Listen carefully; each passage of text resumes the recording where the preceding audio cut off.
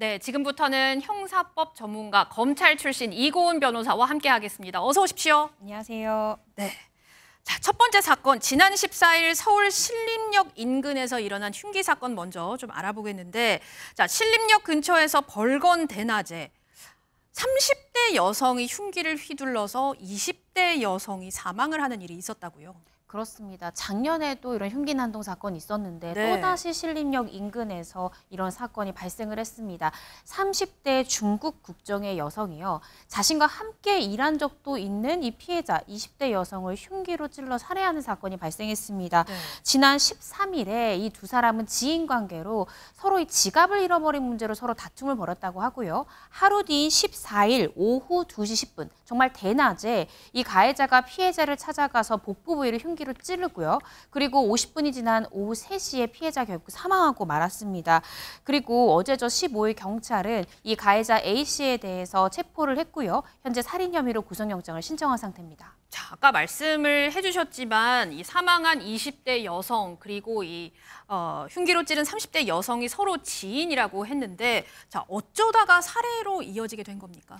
그러니까 함께 일한 적이 있는 지인 사이라고 말씀을 드렸잖아요. 이 가해자를 알고 있는 지인에게 들어보니까 네. 이 이제 13일 하루 전인 13일에 이 두 사람이 이 가해자가 지갑을 잃어버렸는데 그 지갑을 잃어버린 것 가지고 조금 다툼이 있었다고 합니다. 그래서 네. 이 가해자는 피해자가 내가 잃어버린 이 지갑을 가져갔다라고 생각을 해서 서로 다툼을 벌였고요.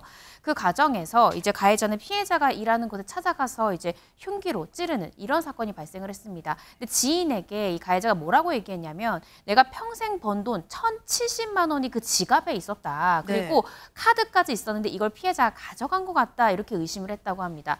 경찰은 이 사건에 대해서 일단은 우발적 범행이 아니라 계획적 살인 범행에 무게를 두고 있는데요. 3가지의 이유가 있습니다. 첫 번째는 이 해당 장소에 가게 된 게 출근 목적이 아니라 이 피해 여성을 만나러 갔다라는 점에 경찰은 주목하고 있고요. 두 번째 부분은 흉기를 미리 준비해서 소지해 갔다는 점, 또 세 번째는 범행 4시간 전에 자신의 지인에게 나 지갑 되찾으러 가겠다 이렇게 딱 얘기를 하고 네. 갔다라는 점에서 경찰에서는 이건 계획적인 살인 범행일 것이다라고 보고 있습니다. 사실 이 범행이 일어났던 신림역은 저희 집에서도 그렇게 멀지 않은 곳인데, 대낮에 흉기 난동 사건이 1년 전에도 있었단 말이죠. 그런데 네. 이번에 또 비슷한 일이 생겼어요. 주민들은 물론이고 상인들 너무 무서워할 것 같은데 어떻습니까? 네, 무서워하고 계시고요. 상인분들 특히 매출 하락을 정말 많이 걱정하고 네. 계십니다. 말씀 주신 대로 1년 전입니다. 2023년 7월 21일 이 피고인 조선이 이 신림역 흉기 난동 사건을 벌였죠. 이 사건으로 인해서 피해 남성 20대 남성이 무고하게 사망했고요. 그리고 3명이 크게 다치는 이런 사건이 발생했습니다. 당시에도 이 사건 발생하고 나서 이 신림역 인근 아무 사람도 없어 상인들이 굉장히 힘들었거든요. 네.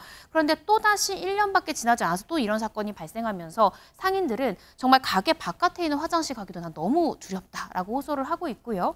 뿐만 아니라 현재 그때 당시에도 사실은 매출이 굉장히 많이 하락을 했는데 특히 골목 하나 안에만 들어간 상권에는 정말 오는 사람이 없었다고 합니다. 근데 또다시 이런 일이 발생을 하면서 사실 굉장히 두렵고 불안하지만 이거를 얘기하기도 너무 곤란한 부분이 있다. 왜냐하면 네. 또다시 매출이 하락할까 봐, 이 상권이 또다시 죽을까 봐 상인들은 두려워 또 두렵다라고 말하는 것조차가 굉장히 어렵다라고 하고 있습니다.